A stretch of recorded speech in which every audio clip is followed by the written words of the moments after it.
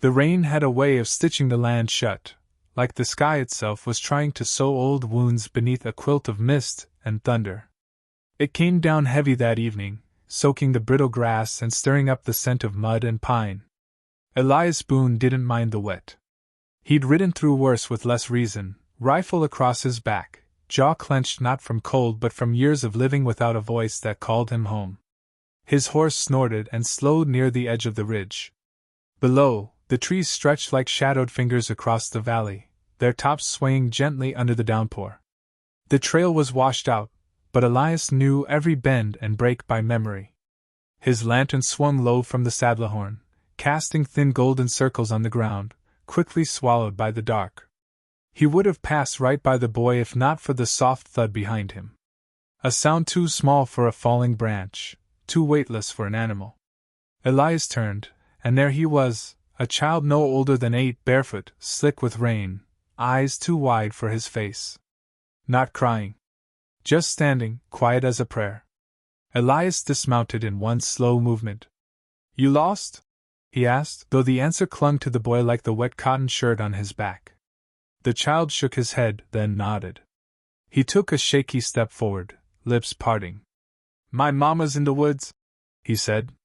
His voice cracked like it hadn't been used in hours, maybe days. "She's hurt.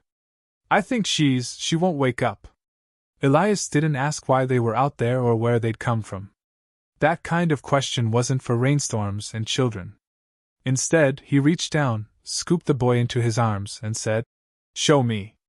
They moved fast, the boy pointing with urgency through trees that groaned beneath the weight of water. Each step was heavier than the last, not from distance, but from a kind of fear Elias hadn't carried in years, the kind with a face and a name he didn't know yet. They found her near the hollowed side of a rock face, half sheltered from the downpour. She lay crumpled like the storm had folded her there, arms limp, dress torn at the hem, blood blooming in dark patches along her leg. Her hair clung to her cheeks in long black strands, and her chest moved, barely. The boy dropped to his knees beside her. "Mama," he whispered, his small hands patting her face like they could summon her spirit back with touch alone. Elias crouched and set the lantern down. It cast a warm ring around her, turning the mud to amber and painting her skin with a strange kind of grace. He reached to check her pulse, slow, but steady. The gash on her thigh had begun to clot, but not enough. The bleeding had slowed only because there wasn't much left to give. "I need to carry her," he said softly. The boy looked up, eyes full of something like trust, or maybe just desperation dressed in hope's clothes. Elias slid his arms beneath her. She was light, frighteningly so, as if the woods had been feeding on her. Her head rolled against his shoulder, and for a brief moment, her lips moved, a breath, or maybe a word caught in the throat of sleep. It sounded like don't, or done, or maybe nothing at all. He carried her back to the horse, wrapped in the canvas from his saddlebag, the boy holding her hand like a lifeline. Mud sloshed around their boots. The rain didn't let up. Somewhere behind them, thunder rolled, not like anger, but a memory long buried coming back up from the deep. By the time they reached the cabin, Elias was soaked through and the woman's skin had gone pale as ash. He laid her on the cot beside the hearth, which he lit with stiff fingers. The boy stayed close, refusing to be more than inches from her. He told Elias his name was Micah. That they'd been walking for 2 days. That he didn't know if she was dying. That he couldn't remember the last time he'd seen her smile. Elias said little. He boiled water, cleaned the wound, wrapped her leg with trembling precision. He wasn't a doctor, but he'd buried enough friends to know the difference between a body that could come back and one already gone. She was still here, barely, and that was enough. Hours passed. The rain softened to a whisper. Elias sat by the fire, staring at the way her chest lifted, slow and shallow, with each breath. Micah had fallen asleep curled against her side, like the world could fall away and he'd still be anchored by her warmth. Elias wondered what kind of life left a woman and child to wander toward death with no one chasing them but ghosts. He wondered if she'd been loved once, and if she'd ever believe she was safe again. He stood, careful not to wake them, and stepped out onto the porch. The world smelled like ash and wet bark. The clouds had begun to part. Somewhere in the trees, an owl called out, lonely but certain. Then, from inside the cabin, a sound, soft, cracking, unsure. Elias turned sharply. Through the open door, he saw her eyes flutter open. Not fully, not with strength. But open. She looked at her son first. Then past him, to Elias, her gaze foggy, but fixed. And then she spoke, voice a brittle whisper carried on breath she barely had. You shouldn't have found us. Morning came slow, as if the sun itself were unsure it had the right to rise on such quiet sorrow. Pale light seeped through the crooked slats in the cabin wall, brushing dust into gold and revealing every crack in the wood that held their small world together. The storm had passed, but the silence it left behind felt heavier than thunder. She stirred first. Not all at once, but like something thawing after too long in ice. Her eyes fluttered beneath their lids, lashes damp with fever, and her hand reached weakly toward the empty air between her and the fire. Micah slept beside her still, curled like a question mark, his small chest rising in sync with hers. Elias watched from the far chair, boots resting heavy near the hearth, steam curling up from the tin cup between his palms. He hadn't slept. Hadn't needed to. Some things demand your full attention, not through obligation, but because they touch a part of you you'd buried too deep to name. She'd spoken only once since he found her, and even then, her words had carried more warning than welcome. You shouldn't have found us. Now, she opened her eyes again. Not in fear, not entirely, but with the dull wariness of someone who'd seen too many hands reach toward her only to take. He said nothing, but tipped his head once, slow and deliberate. She followed the gesture to the cup on the crate beside her, steam whispering upward. She tried to rise. Failed. Elias stood, stepped forward, knelt. Still no words. Just movements shaped by silence. He lifted the cup and held it near her lips. She didn't drink at first, just stared at him, testing his patience like someone who'd been burned and needed to know where the flame was hiding. Then she sipped, small, careful, measured. Her voice came rough and low, the sound of broken bark underfoot. You're not a doctor. No, he replied, voice like gravel smoothed by use. But I know when someone's got more fight left in him. She took another sip, then turned away. Should have let the woods take me. Elias didn't flinch. He stood slowly, replaced the cup, and moved back to his chair. Micah stirred, rolled closer to her. When his eyes blinked open and saw her watching, he bolted upright. Mama! His arms flung around her, and though she winced from the pressure, her hand found his back, fingers trembling but alive. I'm here, she breathed, more exhale than voice. I'm here, baby. Micah's eyes filled, and he pressed his cheek to her shoulder. I thought you left. Like Papa did. But you didn't. The room held its breath.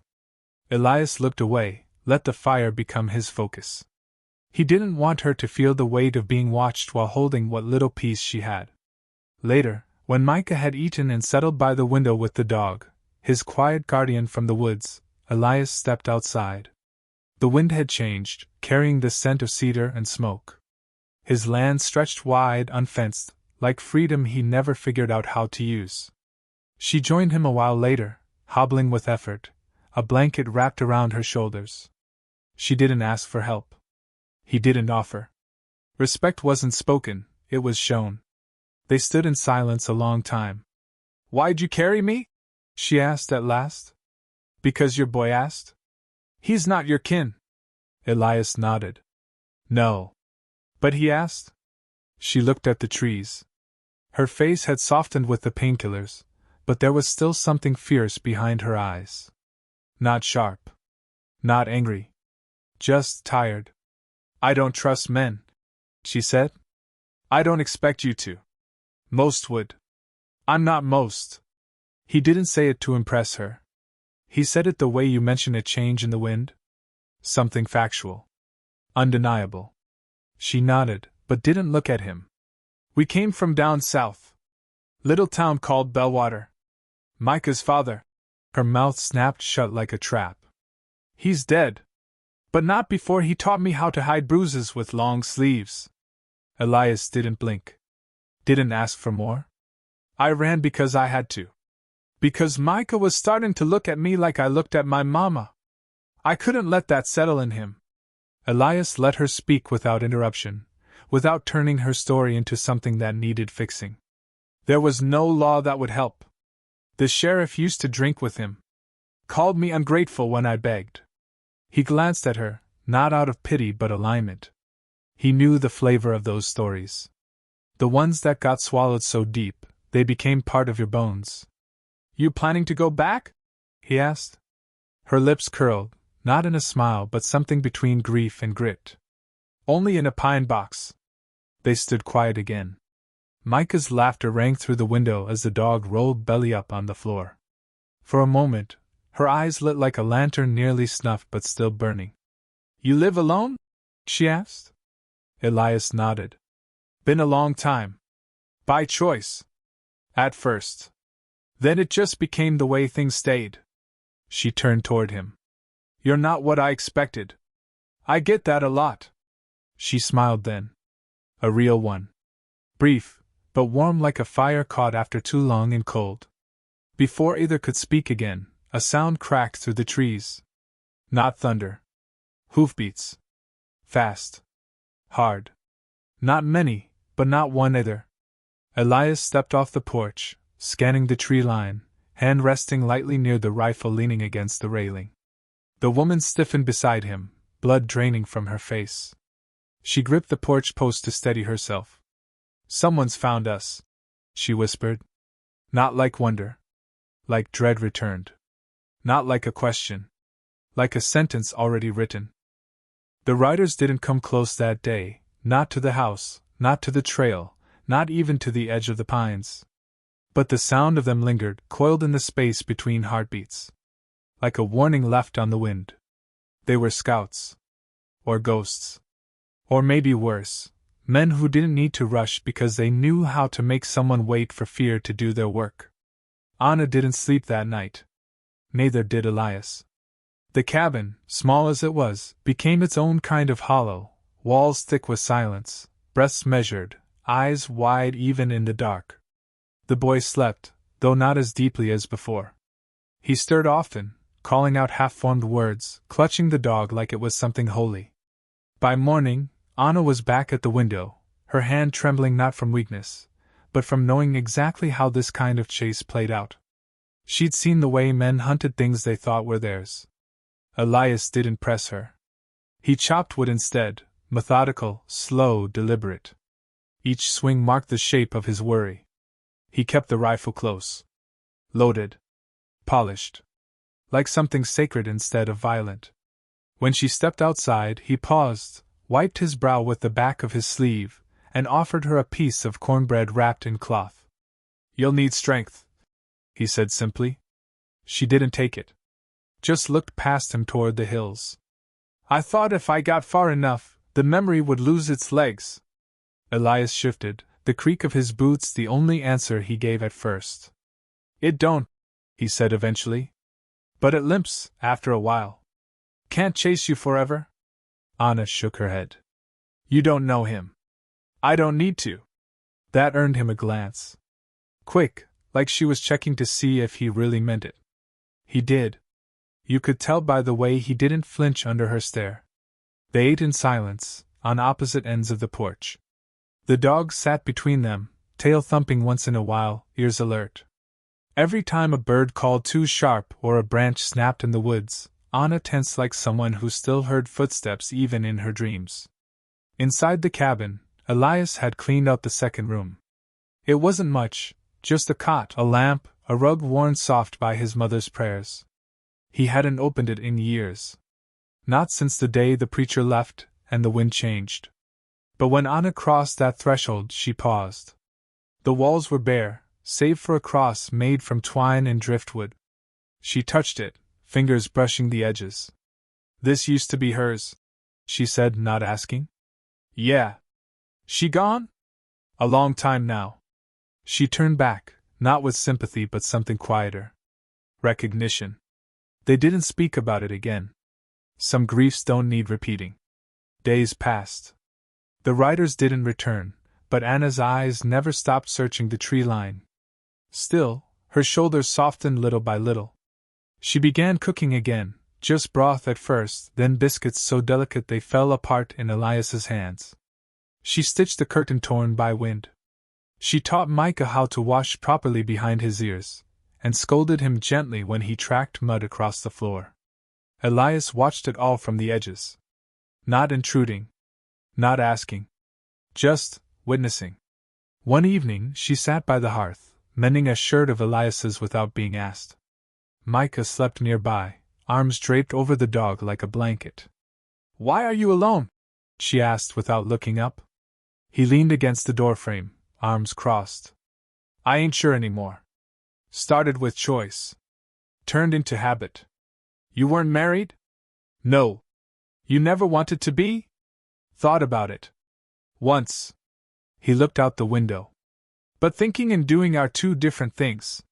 She nodded, sewing in rhythm with the fire's flicker. "You're kind. I'm quiet. Same thing sometimes." Their eyes met, his a storm stilled by years of practice, hers a field just beginning to thaw. The room held that look like something sacred. He stepped closer. Not too close. Just enough that the warmth between them felt less like accident and more like permission. "I don't mean to stay," she whispered. "I ain't asking you to. But part of me wants to." He didn't answer that. Just sat beside her, close enough that their shoulders brushed. "I'm not broken," she said, more to herself than him. "I never said you were." She nodded. The fire crackled. Somewhere outside, an owl called. "Back there, in Bellwater, he used to say I was like glass. That all it took was one more wrong word, and I'd shatter." Elias looked at her, long and steady. "You didn't shatter," he said. "You ran. And you brought your boy with you. That's not glass. That's steel wrapped in skin." Her hands stilled. She stared down at the shirt in her lap. "I want him to grow up somewhere he can sleep through the night. Then let's make this place that." And still, no promises. No grand declarations. Just quiet conviction, thick as molasses. A knock at the door cracked the moment in two. 3 knocks. Sharp. Deliberate. Anna's face went white. Micah stirred, sitting up. Elias rose slowly, reached for the rifle leaning behind the door. "Stay with him," he said. She moved quick, gathering Micah into her arms, backing toward the inner room. The knock came again. Then a voice. Smooth. Honeyed. Cruel only in the places where charm came too easy. "Well now," it said. "Ain't this a fine place to find a ghost?" Anna gasped. Elias set the lantern on the table. His hand didn't shake. But Anna's did. Because she knew that voice. And it wasn't her husband. It was worse. It was his brother. The knock never came again. Just that voice, laced with velvet and venom, curling through the cracks in the cabin walls like smoke from a fire lit on purpose. Elias stood between it and the ones inside, his rifle steady, heart not racing, but aware, alive in a way it hadn't been in years. Anna crouched in the back room, arms wrapped around Micah's shaking frame. Her breath was shallow, like each inhale cost something. She didn't cry. Not this time. She just closed her eyes and listened to the timbre of a man she had hoped never to hear again. Outside, the voice called again. "Anna! Come now, this ain't the way. Your boy's scared. You know I'm just here to bring you home." She opened her mouth to speak, but no sound came. Her hands trembled against her child's back. Elias turned his head toward the door, voice calm but coated in iron. "She's home enough." A beat. Then laughter. Soft, condescending. "And you must be the hero. Or the fool. Depends on who's asking. I'm not here for games." "Then ride on." "No, sir. I came for family." Elias opened the door slowly, rifle cradled across his arms. The man stood 20 feet away, dressed too fine for the trail, his coat long and dark like something out of a courtroom, or a coffin. Behind him, 2 others on horses shifted, silent. Not lawmen. Not today. Just wolves and borrowed stars. You've no claim, Elias said. I've a name. And in Bellwater that still means something. Elias stepped down from the porch. Rain from earlier still clung to the ground, softening each step. She's not property. She's my brother's widow. She's a mother. The man smirked. That boy's kin to me. Elias didn't move. You threaten that child, I'll bury the memory of you so deep, no one will remember which way the wind blew when you vanished. The man's smile slipped barely. You think this ends here? I don't think about endings, Elias said. Only what I protect. For a moment, just one, the forest stood still. The air thick with possibility. Then the stranger tipped his hat, more mockery than courtesy. I'll be back, he said. When the law rides with me. You do that, Elias said. Bring all the law you think you own. And then they were gone. Hooves pounding into the horizon like a bad promise. Elias returned to the cabin, shoulders tight. He set the rifle down by the door, then went to the back room. Micah was asleep, too young to hold all of that weight for long. Anna sat on the floor, back pressed to the wall, her eyes following Elias like he might evaporate if she blinked. I should have warned you, she said. It's not just him. He has people. Name means everything down there. I've seen men with names, Elias replied. Ain't none of them as dangerous as a woman with something left to lose. She smiled, bitter and soft. He won't give up. Neither will I. That night, Anna stood in front of the fire, staring into the orange glow like it might burn out the memories buried in her ribs. Elias watched her from the table, hands wrapped around a tin cup untouched. When my husband died, she said, his brother was the one who came to handle things. At first he brought food. Kindness. Talked about Micah like he was some sort of legacy. Her voice thickened. Then it changed. Quick. Real quick. Started showing up drunk. Started talking about how I owed the family. Said I was still young enough to be useful. Like I was furniture. Or debt. Elias didn't interrupt. Just let the firelight stretch between them. I tried to leave 3 times, she said. Each time he found me, brought me back. One time, he laughed the whole ride home. Said I wasn't clever enough to disappear. Elias stood and crossed to her, slow, unhurried. He didn't touch her. Just stood near, enough for his presence to be felt, not forced. You're gone now, he said. And you're not going back. Her lip trembled.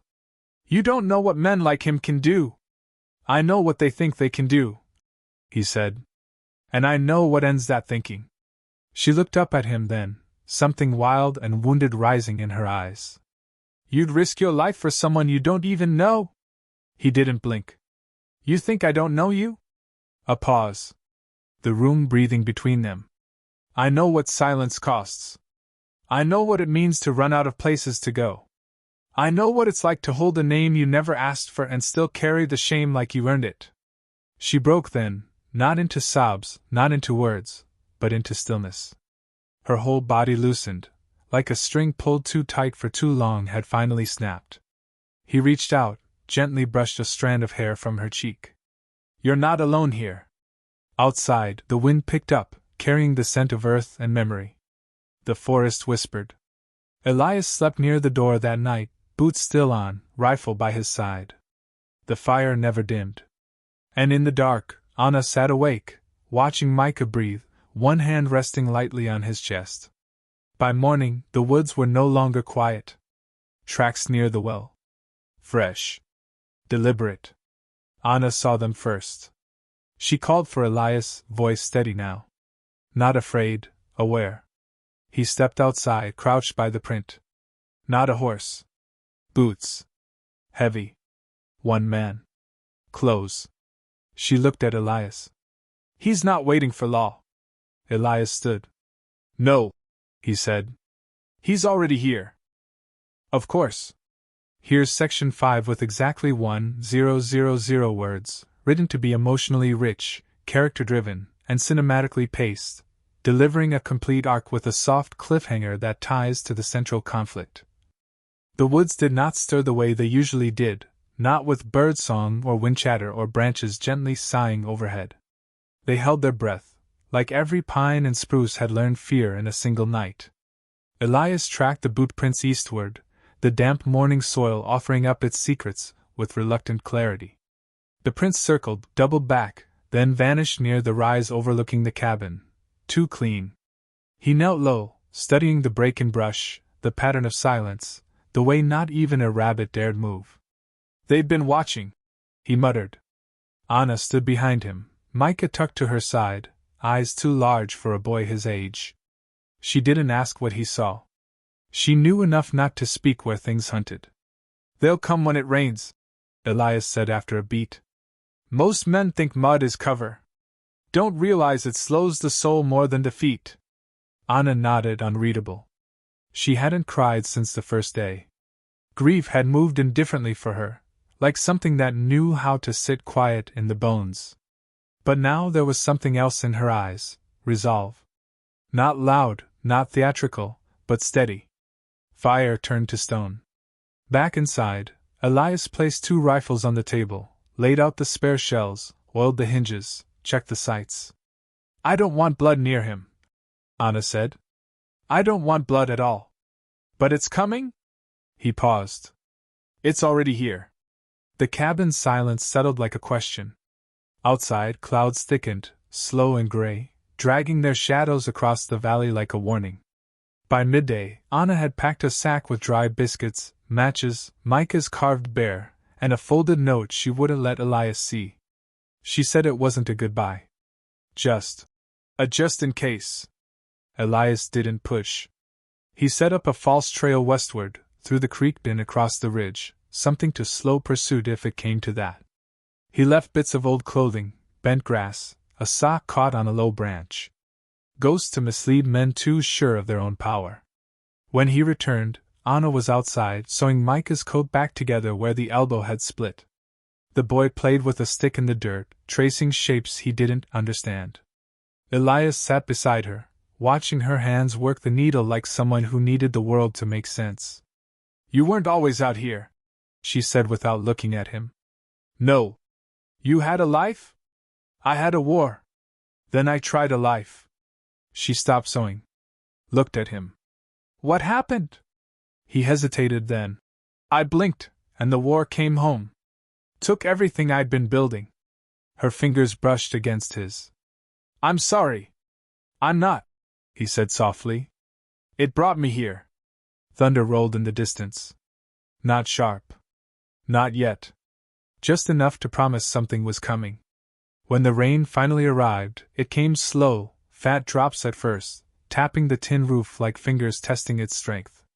Elias didn't move. He sat in the chair by the door, rifle resting across his thighs, his eyes trained on the tree line. The lantern cast a warm cone of light, but beyond that, only shifting black. Micah slept, blanket tucked tight. Anna stood at the window, unmoving. Then, just after midnight, the first sound, a branch snapping. Deliberate. Elias stood. Anna reached for her own weapon, hands trembling only slightly now. Another snap. Then silence. A voice, closer this time. "You can still walk away, Cowboy. Ain't no one needs to bleed." Elias didn't answer. "You're protecting something that doesn't belong to you." Still no reply. "I'll give you one last chance," the voice said, almost bored. Elias chambered around, the sound crisp and clear. "You already had your last chance. You just used it up." 3 shots exploded into the night, 2 wild, 1 clean. Elias dropped low, rolled to the far window, spotted movement between 2 trees. He squeezed the trigger once. A body fell. Anna fired next. Sharp. Precise. Another man dropped to his knees, then face first into the mud. A scream followed, high and ugly. The third man broke cover, running. Elias didn't shoot him. He let the darkness take what it wanted. Then silence again. But it wasn't over. A slow crunch of boots came next, each step deliberate. The man from the road. The brother. The shadow that wouldn't burn. Elias stepped outside, rifle raised. The man stood 10 feet away, soaked through, his coat clinging like it didn't want to belong to him anymore. "I didn't come to die," he said. "No one ever does. I had plans for her. For that boy. You had power. You mistook it for love. You think this ends with you and your damn rifle?" The man laughed, almost choking. "You'll hang. The law will find you." Elias stepped forward. "Let it. I'll take the rope if it means he sleeps without flinching." Behind him, Anna appeared at the doorway. Rain in her hair, firelight on her face. "You don't get to own me," she said. The man's face twisted, something ancient and pathetic blooming in his eyes. "I am your family." "No," she said. "You're the ghost I buried once already." And with that, she raised her weapon. But Elias raised his hand first. "Don't." She froze. He turned to the man. "Go. You've lost more than you know. Leave before we make it final." The man stared, shaking. But in the end, he left. Not out of grace. Out of fear. Elias waited until the hoofbeats vanished into the storm. Then silence returned, real this time. Anna exhaled. Elias turned to her. But before he could speak, Micah's voice rang from behind her. "Why was he here?" And Elias, who had faced men in war and wilderness, found himself without an answer. Only the weight of the boy's question. And the sound of something shattering softly, somewhere far inside.